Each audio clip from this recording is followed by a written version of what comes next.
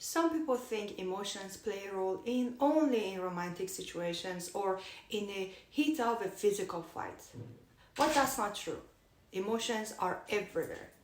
They form our decisions, help us understand the world, and are crucial in interacting with others. Emotions are important to us as they provide us with advantages that help us live a fulfilled life. One advantage is the way that emotion help us learn from our memories. When our brain stores experiences, it doesn't just collect facts, it also records our feelings. And these feelings help us learn from our experiences.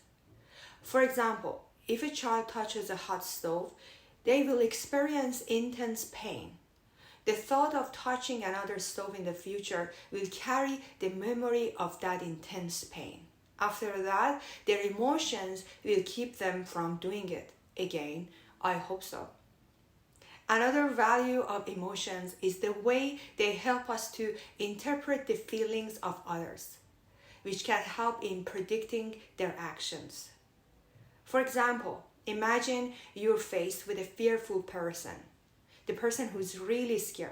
From their body language, it may be their white as a sheet face, shaky hands, or trembling voice. You can tell their emotional state. Knowing this, you can predict their future actions. They might, for instance, scream for help or run away. The other advantage of our emotions is that they give us the urge to take actions. For instance, take that scared person from the example. If we feel that they may be close to scream, outburst, or run away, our emotions will make us feel alert, which prompts us to react quickly if we notice danger and run away too.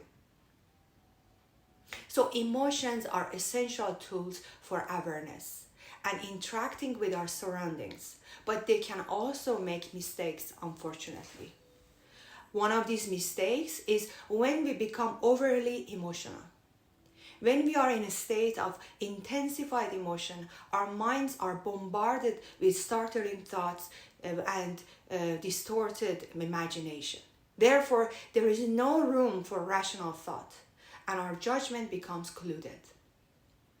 Another way our emotions can lead us to act irrationally is when our emotional senses react to situations in the present time based on the past experiences, even if the conditions have changed.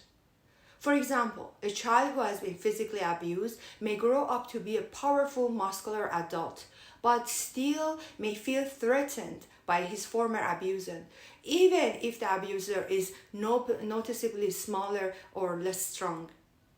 So, although emotions are necessary, they can take control of our minds and disrupt our rational thinking.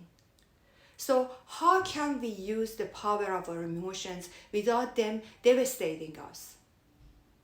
We need emotional intelligence, EQ. Emotional intelligence is the ability to recognize and understand your own feelings and the feelings of others and influence those feelings to your advantage. A person who is excellent, great at reading people, have high emotional intelligence. EQ combines different components. One component is self-awareness, or the ability to understand your own feelings and behaviors. This stage is crucial to being able to manage your emotions. Once you recognize your emotions, you need to become aware of what causes them. Often your feelings in a situation depend on how you think about it.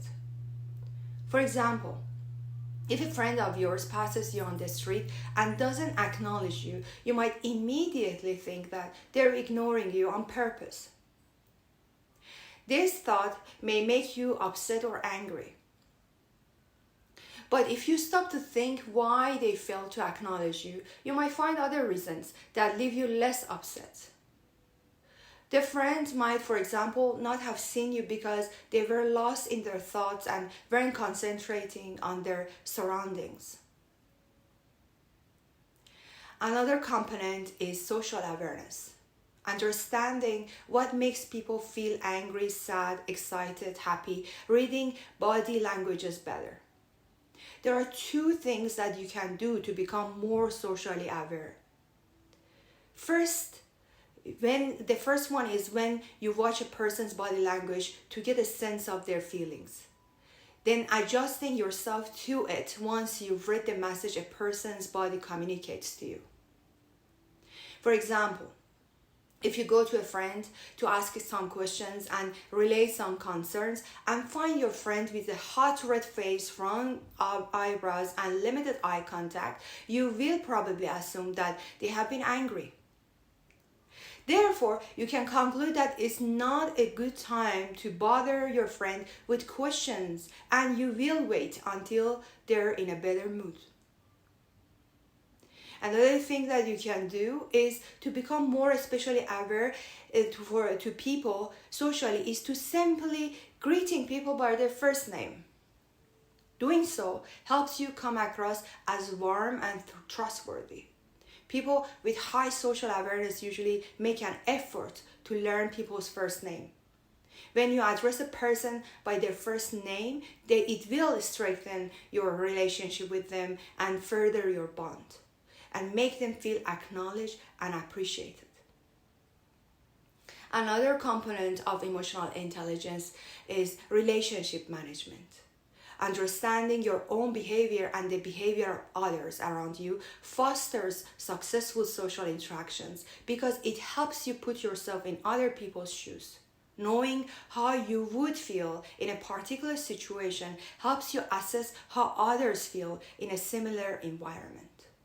Also, because emotional intelligence allows you to empathize with others, it enables you to behave in ways that prompt positive reactions from people around you.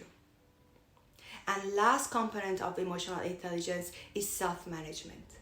Self-management is about keeping yourself in situations in which you know you will be able to behave accordingly and accurately.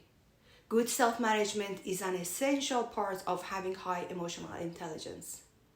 When you're faced with a tough decision, one helpful tool that helps with self-management is making an emotion versus logic list. You can draw a table with two cues. The first cue is where you write down what your emotions tells you to do. And the second cue is what your logic tells you to do. This exercise helps you balance each side and keeps one from overlooking the other. See which list has the more crucial points. Are your emotions clouding your judgment? Are there any flaws in your logic?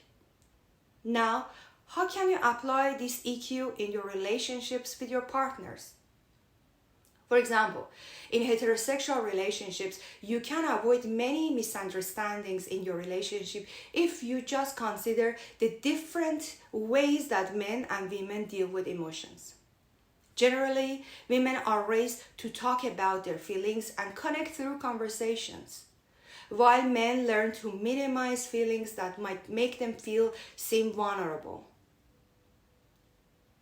For example, if a female partner complains about a problem, the male's reaction might instantly be offering advice or fixing the problem.